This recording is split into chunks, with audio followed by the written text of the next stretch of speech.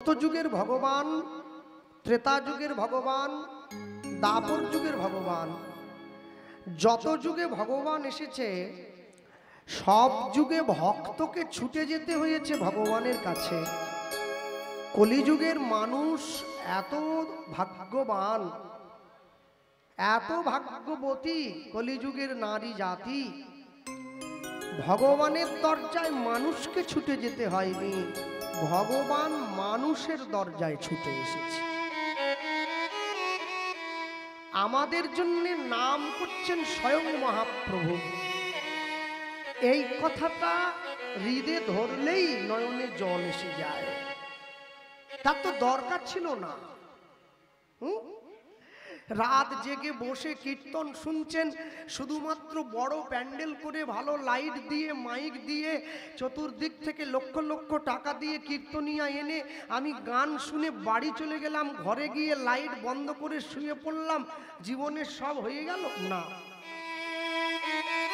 তার প্রেম যদি উপলব্ধি করতে না পারি মানব জীবনে, তাহলে জীবনের দাম রইল কোথায়? আমাদের জন্য নাম করছেন স্বয়ং ভগবান।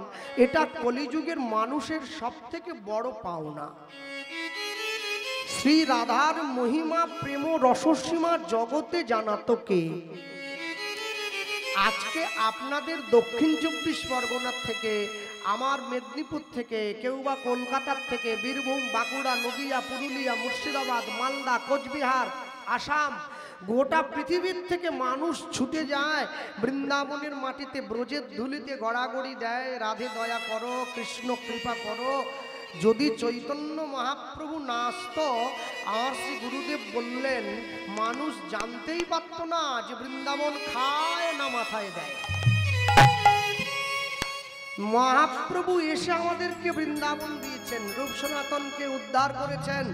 জব ঝাড় জঙ্গল কেটে তবে তো বৃন্দাবন উদ্ধার হয়েছে, তবে তো কলিযুগের মানুষ বৃন্দাবন পেয়েছে, তবে তো হা কৃষ্ণ বলে তার চরণে গিয়ে লুটিয়ে পড়তে পারে। না হলে পাবে কি করে? কেন বলুন তো? একটা ছেলে বা মেয়ের মধ্যে অনেকগুলো ভালো গুণ থাকে, ভালো ছবি আঁকতে পারে, ভালো নাচ করতে পারে, ভালো গান করতে পারে, এতগুলো ভালো গুণ থাকা সত্ত্বেও একটা খারাপ গুণ যদি থাকে, সমস্ত গুণগুলো ঢাকা পড়ে যায়, সেটা হচ্ছে অসৎসঙ্গ। অসৎসঙ্গ যদি হয় তাহলে সমস্ত গুণাবলী লঙ্ঘিত হয়ে যায়, প্রশমিত হয়ে যায়, অবগুণ্ঠিত হয়ে যায়, অবলোপন হয়ে যায়। কিন্তু যদি ছেলেটার মধ্যে কোনো গুণ না থাকে, সে যদি সাধু সঙ্গ করে, তাহলে এক না একদিন সে কিন্তু ঠিক সুখের মুখ দেখতে পাবে। বেদ বিদ্যাদহু কিছু নাহি জানত, সে যদি গৌরাঙ্গ করে সার, ঠাকুর নয়নানন্দ দাসে বনে, সেই তো সকলেই জানে সর্বসিদ্ধি করতলে তার। সে যদি জগতের সব বস্তুকে পরিত্যাগ করে শুধু গৌরচরণ সার করে। আমার সঙ্গে এমনও মানুষের পরিচয় আছে যে অনেক বড় একটা পদে চাকরি করত, বড় অফিসার ছিল, কিন্তু আমার কথায় আজকে সে ভক্ত হয়েছে, সে গুরু দীক্ষা নিয়েছে, সে প্রসাদ পায়, মহাপ্রভুর সেবা দেয়। এমনও লোকের পরিচয় আছে আমার সাথে, যে বড় ডাক্তার ছিল, কিন্তু আমার কথায় সে ভক্তি জগতে ফিরে এসেছে। আমার মুখের একটা কথায় 2000 টাকা ভিজিট কমিয়ে 500 টাকায় নামিয়ে এনেছে। তাকে একটা কথা শুধু বলেছিলাম, আপনি মানুষকে শোষণ করে যে অর্থটা পুঁজি করছেন, একবার ভেবে নেবেন এখান থেকে নিয়ে যেতে পারবেন তো? ব্যাস, আর কিছু বলতে হয় না। মানুষের অন্তরাত্মা যদি সাড়া না দেয়, শত উপদেশেও কোনো কাজ হয় না। কেউ যদি মনে করে আমি মদ খাওয়া ছেড়ে দেবো, তাকে ছোট্ট একটা কথা বললেই ছেড়ে দেয়। আর কেউ যদি মনে করে আমি ছাড়বো না, আপনি সারা জীবন ধরে বললেও সে কোনোদিন ছাড়বে না।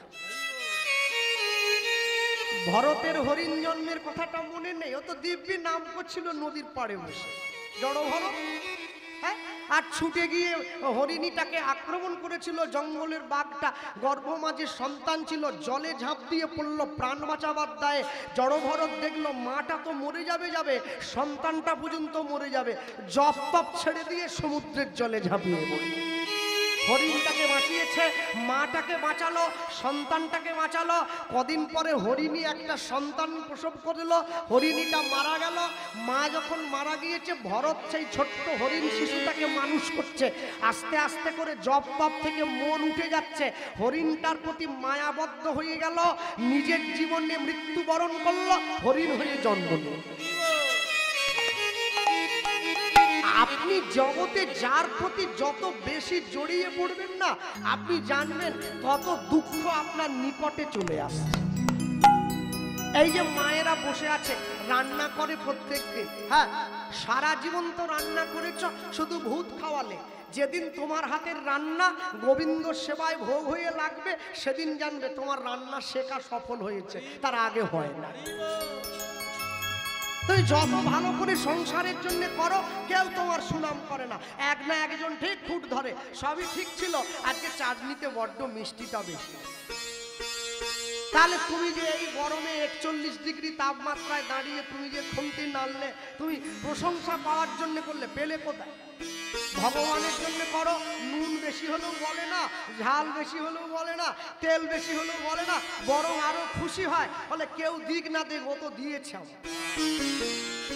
হ্যাঁ, মনে রাখবে, রান্না যখন করো, কড়াইয়ে গরম তেলটা ফুটে ওঠে, একটা পাতা আছে তাকে তেজ পাতা বলে, ওইটা ছিঁড়ে কড়ার উপরে দিয়ে দাও। এবার রান্না সম্পন্ন হলো, নামালে, নামানোর পরে বাটিতে বাটিতে ব্যঞ্জনটা সাজিয়ে বাড়ির সবাইকে দিলে, দেখবে তেজ পাতাটা যেমন দিয়েছিলে তেমনই আছে, ওটা মেশাও নি আর ছেড়েও। যখন তুমি কড়ায় তেজপাতাটা দিচ্ছিলে, ওই তেজপাতাটা তোমার শিক্ষা দিল, মা সংসারে থাকবে আমার মতো হয়ে, কারোর সঙ্গে মিশবে না, কিন্তু সবার সঙ্গে থাকবে। যেদিনকে তার চরণে ডাক আসবে, তুমি সব ছেড়ে দিয়ে তার চরণে গিয়ে লিখবে। তবে তো জীবনের উদ্দেশ্য বুঝবে, না হলে বুঝবে কি করে? আজ থেকে 539 বৎসর পূর্বে মহাপ্রভু এসে মানুষকে এইটাই বোঝাতে চাইলেন, তোমাদের জীবনে যাই কিছু হোক না কেন, প্রেম ভক্তি চন্দ্রিকায় নরোত্তম দাস ঠাকুর লিখেছিলেন না, গৃহে বা বনেতে থাকো হাগৌরাঙ্গ বলে ডাকো, নরোত্তম মাগে তার সঙ্গ। তুমি যেইখানে থাকো, দিন শেষে একটি বার তার চরণটা জড়িয়ে ধরে দুফোঁটা নয়নের জল দাও।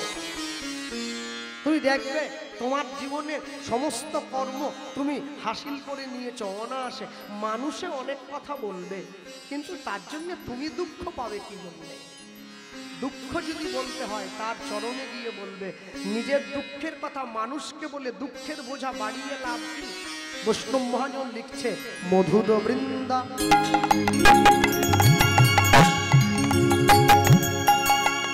বিপিন বিপিন মাধুরী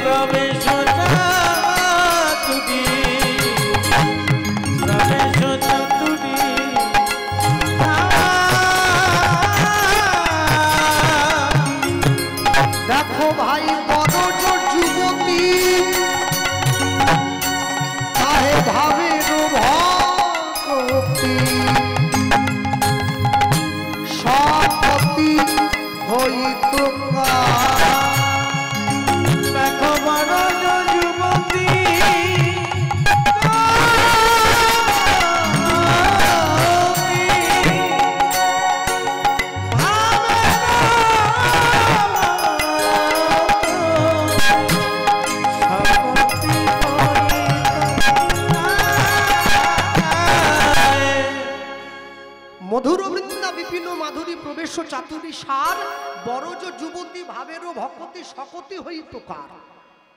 বৃন্দাবনে আমাদের ছোট একটা কুঠিয়া আছে কেশিঘাটের কাছে, আমার মা আর আমার গুরুদেব মিলে বানিয়েছে। হ্যাঁ, পঞ্চকোশী পরিক্রমা হয়, তার থেকে একটু ধারে গেলে কেশিঘাটের পাশেই আছে নিতাই চৈতন্য মঠ। আমি যখন প্রথম গিয়েছি বৃন্দাবনে, আমি চারদিক দর্শন করে বেড়াচ্ছি, এত সুন্দর অপূর্ব জায়গা। আমার গুরুবাড়ি নবদ্বীপ, আমার গুরুদেব শিখিয়ে দিয়েছে বৃন্দাবন দীঘা নয়, বৃন্দাবন পুরী নয়, বৃন্দাবন যেতে গেলে মনকে পবিত্র রেখে যেতে হবে। রাধারানীর কৃপা পেতে হলে মনকে স্বচ্ছ রাখতে হবে। গিয়ে দাঁড়িয়েছি দুপুরবেলায়, আমি একটা জিনিস আশ্চর্য করলাম, কি জানেন? আমি লক্ষ্য করছি এক ব্রজ মা, সে ভগবানকে ভোগ দেওয়ার জন্য খুব ব্যস্ত হয়েছে। তা আমি বললাম একটু দাঁড়িয়ে দেখে নিতে হয়, আমাদের বাংলায় তো ভগবানকে ভোগ দিই আমরা, এটা কীরকম ভোগ? দাঁড়িয়ে রইলাম দরজার বাইরে, হঠাৎ করে লক্ষ্য করছি ভোগের থালাটা হাতে নিয়ে সেই ব্রজ মা তাড়াহুড়ো করে ঠাকুর ঘরে ঢুকে গিয়ে দরজাটা ভেতর থেকে লাগিয়ে কি হলো? এরম ভক্ত এটা শিক্ষা দীক্ষার ঘরে যাই নাই বোধ হয়। দাঁড়িয়ে রইলাম দরজার বাইরে, আধ ঘন্টা পরে বেরিয়ে এসেছে, একেবারে ঘেমে নিয়ে গেছে। আর দরজাটা খুলেই দেখছে দরজার বাইরে একটা ছেলে দাঁড়িয়ে। কি ব্যাপার? তাহলে মা, আমি মেদিনীপুর থেকে এসেছি। ও বাংলার মানুষ, এসো ভেতরে এসো, বসো। তা আমি বললাম, মা তুমি যে ভগবানকে ভোগ দিচ্ছ, কয় তোমার তো গলায় মালা নেই, কপালে তিলক নেই, কি ব্যাপারটা? বলে ওটা বলতে গেলে এখন অনেক ব্যাপার হয়ে যাবে, তুমি যে জন্য এসছো সেইটা বলো। তা আমি বললাম যে আমরা যখন ভগবানকে ভোগ দেই, আমরা মন্দিরের ভেতরে ভোগের থালাটা ঢুকিয়ে দিয়ে দরজাটা বাইরে বন্ধ করে দেই। এবার দরজার বাইরে দাঁড়িয়ে আমরা কীর্তন করি। যার গুরু ঘরে যে নিয়ম আছে, কেউ বলে ভজ পতিত উদ্ধারণ শ্রী গৌর হরি, কেউ বলে ভজ ভগত বৎসল শ্রী গৌর। কিন্তু তোমায় দেখলাম তুমি মন্দিরের মধ্যে ঢুকে দরজাটা ভেতর থেকে বন্ধ করে দিলে কেন মা? এটা তোমার কোন কি এরকম শিক্ষা? বলে দেখো, এটা যদিও বলা উচিত নয়, কিন্তু তুমি তো আমার সেবা বিধি নিয়ে প্রশ্ন তুলে দিলে বাবা। একটা কথা আছে জানো, আপন ভজন কথা না কহিব যথা কথা। হ্যাঁ, তাহলে তুমি যদি হ্যাঁ হ্যাঁ করছো, তাহলে আমাকে কি করে জিজ্ঞাসা করছো? আল্লাহ তবে একটু ইচ্ছে, তাহলে শোনো, একটা বুদ্ধি করি এসো। কি বুদ্ধি? আমি এমন ভাবে কথাটা বলবো, উত্তরটা তুমি দেবে, আমি দেবো না। আচ্ছা বলো, স্কুলে গিয়েছো ছোটকালে? হ্যাঁ, মোটামুটি একটু একটু পড়াশুনো করেছি। আচ্ছা বলো তো, তুমি যখন দুপুরবেলা 10টার সময় দুমুঠো খেয়ে স্কুলে যেতে, বিকেল 4টের সময় স্কুল থেকে বাড়ি ফিরে আসতে, তোমার খিদে পেত না? আল্লাহ ভীষণ ঘুরে পাবে। রাস্তা থেকে মাকে ডাকতাম যে মা খিদে পেয়ে গেল, মা খিদে পেয়ে গেল। বলে হ্যাঁ।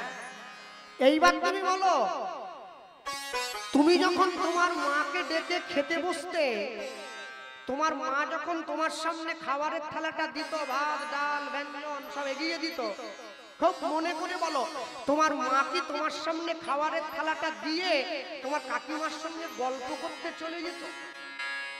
বললাম না না, তা যাবে কেন? মা আমার কাছে বসে থাকবে। কেন থাকবে? এ কি বলছে? থাকবে না? আমার কখন কোনটা লাগবে, ডাল চাই, কেটে বেগুন ভাজা চাই, কেটে পটল ভাজা চাই, দিতে হবে তো। মা চলে গেলে আমাকে দেবে কে? বলে উত্তর তো তুমি দিয়ে দিচ্ছ, আমায় বলছো। আরে আরে উত্তর আমি দিচ্ছি। হ্যাঁ, তুমি যে গোবিন্দের ঘরে ভোগের থালাটা ঢুকিয়ে দিয়ে দরজাটা বন্ধ করে দিলে, মনে করো আমার গোবিন্দের আরেকটু ডাল চাই, কাকে বলবে? আমি দেখলাম আমি তো প্রশ্ন করেও বিপদে পড়ে গেছি। আমার মাথায় রাখা উচিত ছিল প্রশ্ন কাকে করছি। এ কোনো টলিওয়ালা ভ্যানের টোটোওয়ালা নয়, ব্রজবাসীকে প্রশ্ন করছি, ভাবতে হবে তো। কে চুপ করে গেলে? আমি বললাম তার মানে? বলে ওই জন্য তো কাছে বসে থাকি। মানে আবার ছেলেটার কখন কোনটা লাগবে দিতে হবে না? আমি তখন এইবারে ঘুরিয়ে বললাম, আমরা তো বেশি বেশি করে দেই। বড় থালায় অন্ন দিয়েছি, বড় বাটিতে ব্যঞ্জন দিয়েছে, 10টা 12টা পটল ভাজা দিয়ে দিয়েছি, আরো লাগে না? বলে তুমি যতই বেশি করে দাও, জল তো আর 1 কলসি দাও নাই, ওতে 1 গ্লাসই দিয়েছো। বলে হ্যাঁ 1 গ্লাস। তাহলে মনে করো আজকে আলু পটলটাই বড্ড ঝাল হয়ে গেছে, আরেক গ্লাস জল চাই আমার গোবিন্দের, কাকে বলবে? আমি বললাম মা তাহলে আর আমি বলতে পারবো না। বলে ওই জন্য কাছে বসে থাকি। শোনো, একে অনুরাগের সেবা বলে। শত জন্ম করিলেও নাম সংকীর্তন, তথাপি ব্রজে না পাবে ব্রজের ব্রজেন্দ্র নন্দন। শুধুমাত্র প্রেম ভক্তি দিয়া তারে ভজে যেই জন, সেই জন ব্রজে পায় ব্রজের রান্না করবো, ছেলেটাকে আবার নিয়ে যাবো, বিছানার থেকে তুলবো, বসাবো, জামা কাপড়টা ছাড়াবো। তুমি তো ভগবানকে ফুল টুল দিয়ে সাজিয়ে তারপরে ভোগে এত মালা টালা গলায় নিয়ে কি কেউ সেবা করতে পারে? সব কিছু পরিষ্কার করলাম, এইবারে কাছে এনে বসাবো, তারপর দুটো মুখে দেবো, আর খাওয়া দাওয়ার পরে মুখ ধোয়াবো, মুখটা মোছাবো, বিছানাটা পেতে রেখেছি, ঘুম পাড়াবো। কাছে একটা ছোট লাঠি রেখেছি, বড্ড দুষ্টু, শুধু বেরিয়ে চলে যায় এর বাড়ি তার বাড়ি দুপুরবেলা। এই গরমে রোদে বেরিয়ে গেলে কষ্ট হয় না? লাঠিটা দিয়ে ভয় দেখাবো, তাহলে তো ঘুম পাড়াবো, তারপর তো বেরোবো, সময় লাগে এত, বোঝো না এমনি? তা আমি মনে মনে চিন্তা করলাম, মা তাহলে এই ভালোবাসা বাঁচতে গেলে কি করতে হবে? বলে মনে রেখো, যখন আমি ছোট ছিলাম তখন দেহ গোবিন্দ চরণে দিয়েছি, যখন বড় হয়েছি মন গোবিন্দ চরণে দিয়েছি। আর দেহ মন যদি তার হয়, আমি কি আমার আছি? আমি তো তার। বৈষ্ণব মহাজন লিখতে গিয়ে লিখেছেন, এত কষ্ট তোমাদের করতে হবে না, এত কষ্ট করার থেকে একবারে সহজ উপায় করে নাও। কি? গাও পুন পুন শ্রী গৌরাঙ্গের গুণ উলুধ্বনি,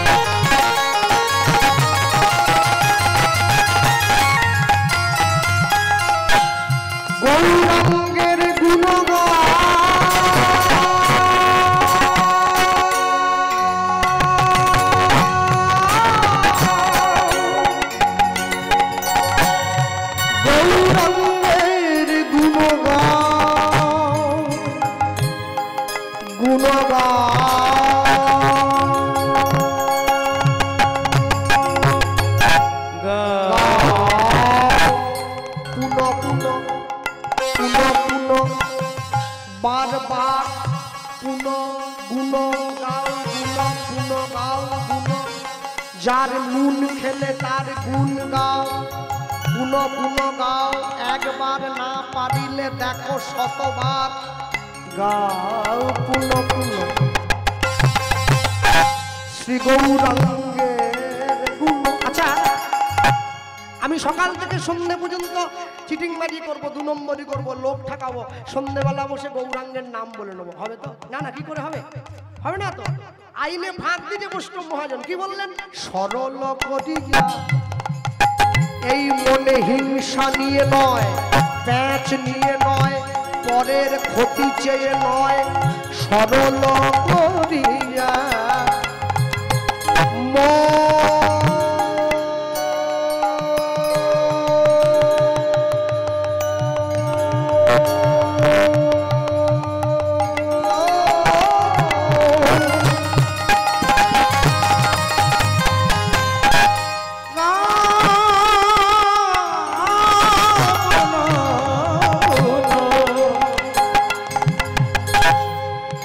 শ্রী গৌরাঙ্গে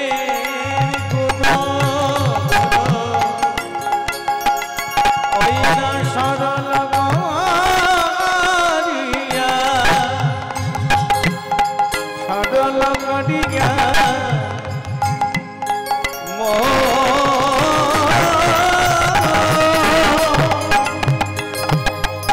ও গয়েদিন ভুবনে আমি এমন দয়াল না দেখো একজন অবয়দিন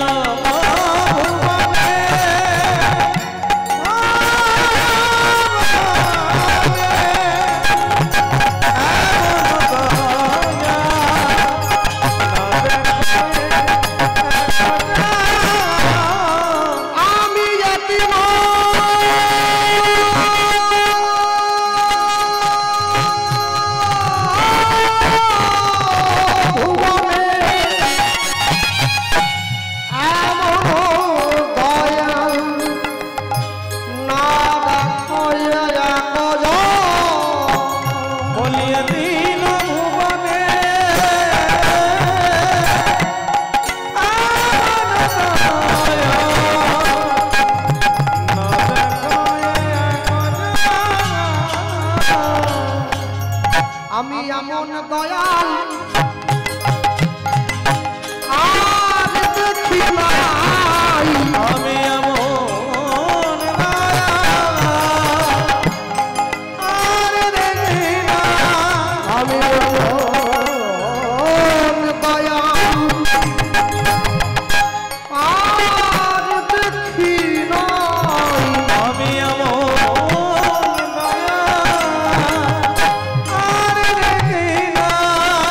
যে ঢাল মার খাবে পায়ে ধরে প্রেম দেবে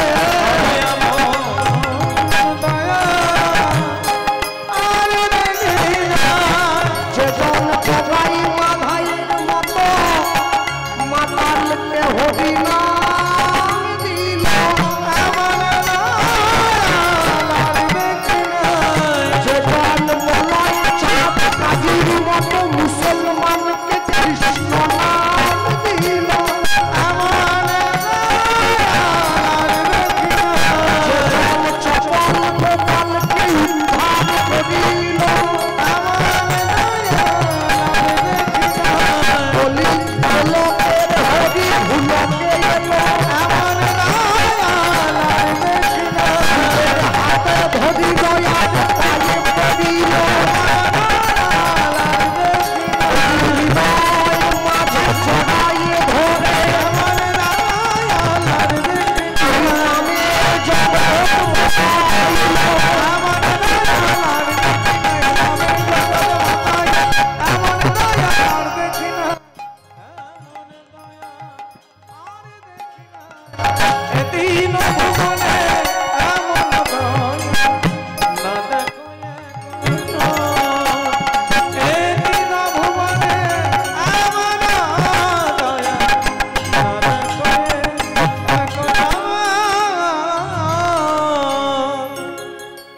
একদম শেষে গিয়ে বৈষ্ণব মহাজন লিখলেন গৌরাঙ্গ বলিয়া না গেলাম বলিয়া কেমনে ধরিনু দে কেমনে ধরিনু দে বাসু ঘষ হিয়া পাষাণ দিয়া আশা নদিয়া বিধি কেমনে করিয়াছে মাল বিধি কেমনে কেমনে গড়িয়াছে চলুন আমরা ছোট্ট করে গৌরচন্দ্রিকা শুনে নিলাম লীলা মাধুর্যের মধ্যে প্রবেশ করি আজকে প্রথম দিন আর আমরা বলতে গিয়ে সবার আগে বলবো যারা আমরা ভগবানের গুণকথা শোনার জন্য উপস্থিত হয়েছি আজকে আমি যখন আমরা কীর্তনের শেষে পদাবলীর মাধ্যমে কীর্তন করি হরিহরায় নমো কৃষ্ণ যাদবায় নমো যাদবায় মাধবায় কেশবায় নমো গোপাল গোবিন্দ নাম শ্রীমধুসূদন গিরিধারী গোপীনাথ মদন মোহন ওই পদাবলিতে গাইতে গিয়ে আমরা গাই জয়রূপ সনাতন ভট্ট রঘুনাথ শ্রী গোপাল ভট্ট দাস রঘুনাথ এই ছয় গোসাইয়ের কবি চরণ বন্দন যা হইতে বিঘ্ন নাশ অভিষ্ট পূরণ এই ছয় গোসাই জপে ব্রজে কইলেন বাস ব্রজে রাধা কৃষ্ণের নিত্য লীলা ভুবনে প্রকাশ। মনে রাখবেন বৈষ্ণব জগতে চারজন বৈষ্ণব রয়েছেন যাদের শিরোপা আজ পর্যন্ত কেউ ভাঙতে পারেনি। চারজন। কে কে চারজন? নামে ঠাকুর হরিদাস। হরিদাস ঠাকুরের মতো এত হরিনাম আজ পর্যন্ত কেউ করতে পারেনি। দিবানিশি 3 লক্ষ হরিনাম করে, মাসে ৩৩ 90 লক্ষ 1 কোটি নাম গায় যে সাধু।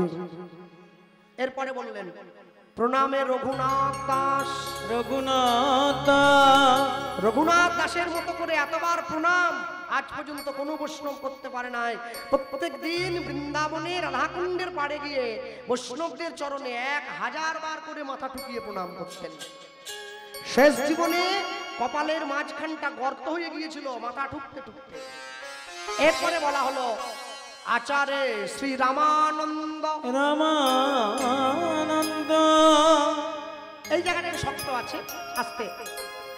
রাধাকৃষ্ণ মিলিত তনু শ্রী গৌরাঙ্গ আমরা সবাই জানি, অন্তকৃষ্ণ বহি রাধা।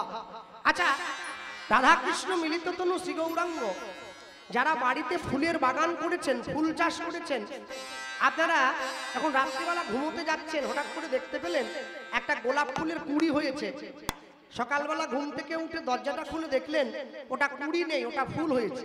আচ্ছা, কুঁড়িটা দেখলাম, ফুলটা দেখলাম, কিন্তু কেমন করে কুঁড়িটা একটু একটু করে ফুটে ফুল হয়ে যাচ্ছে আমরা কে দেখি? রাধাকৃষ্ণ মিলিত তনু গৌর আমরা সবাই জানি, কিন্তু রাধাকৃষ্ণ কেমন করে মিলে একটু করে গৌর হয়ে যাচ্ছে এটা আমরা কে দেখলাম? এটাকে দেখলো গোদাবরী গঙ্গার রায় রামানন্দ, সে দেখলো। তবে প্রভু হাসি তারে দেখাইলা স্বরূপ, রসরাজ মহাভাব দুহু এক রূপ।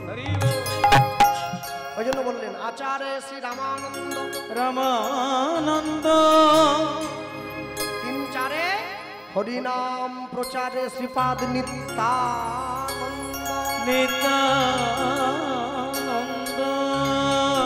নিতাই চাঁদের মতো করে হরিনাম প্রচার কেউ করতে পারবে না। মার খেয়েও হরিনাম দিয়েছে।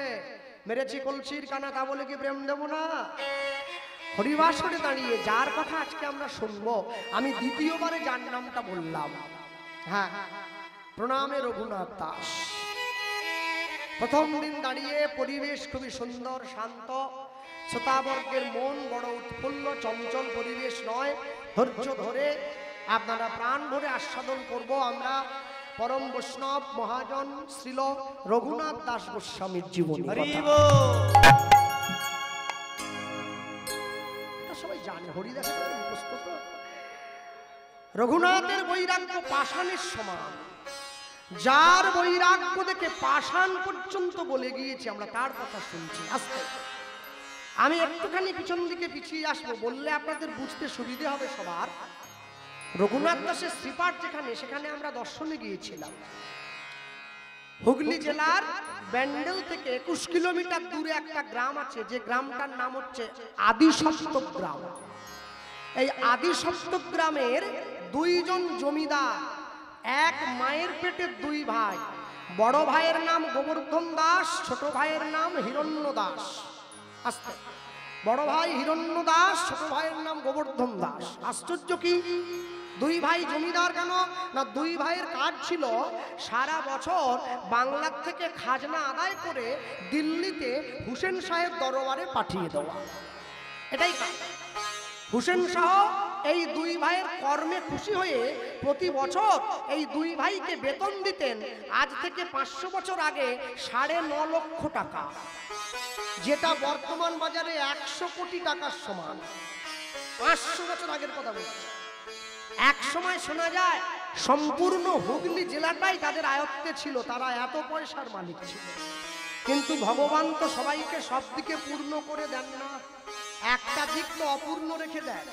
কেন, সবাইকে যদি পূর্ণ করে দেন তাহলে মানুষ তো ভগবানকে ডাকবে না। দুই ভাইয়ের জীবনে সব ছিল, গাড়ি বাড়ি টাকা পয়সা বিষয় সম্পত্তি। একটা জিনিসের বড় অভাব ছিল। জিনিসটা কি না, এই দুই ভাইয়ের জমিদারিতে জমিদারিটা ভোগ করার মতো কোনো উত্তরাধিকারী বা সন্তান তাদের ছিল না। দুই ভাই গিয়ে ভগবানের কাছে সব সময় নয়নের জল দিত, প্রভু আমাদের দুই ভাইকে তুমি সব দিলে, কিন্তু দুই ভাইয়ের সম্পত্তি ভোগ করার মতো কাউকে তুমি দিলে না, যে আমাদের সম্পত্তিটা ভোগ করবে, একটা সন্তান দাও। এই যে মায়েরা বসে আছেন, মায়েরা তিন রকমের সন্তানের জন্ম দেন। একটাকে বলে সন্তাপ, একটাকে বলে সন্তান, একটাকে বলে সন্ত্রাস। সন্তাপ কোনটা না, যার জন্য পিতামাতার চোখের জল পড়ে তাকে বলে সন্তাপ। সন্ত্রাস কোনটা না, যার যে ছেলেটা বাইরে বেরিয়ে গেলে ঘরে ঘুরে আসবে কিনা সন্দেহ আছে, তাকে বলে সন্ত্রাস। সন্তান কোনটা না, যে ছেলেটা পিতামাতার চোখের জল নিজের হাতে মুছিয়ে দেয় তাকে বলে সন্তান। ভগবানের কাছে গিয়ে চাইলো একটা সন্তান দাও, ভগবান বলে না দেবো না। কেন দেবো? সন্তান দেইনি বলে তোরা আমাকে ডাকছিস, যদি দিয়ে দিই আর তো ডাকবি না। মানুষ যখন সুখে থাকে তখন ভগবানকে ডাকে না, মানুষ যখন দুঃখে থাকে তখনই ভগবানকে ডাকে।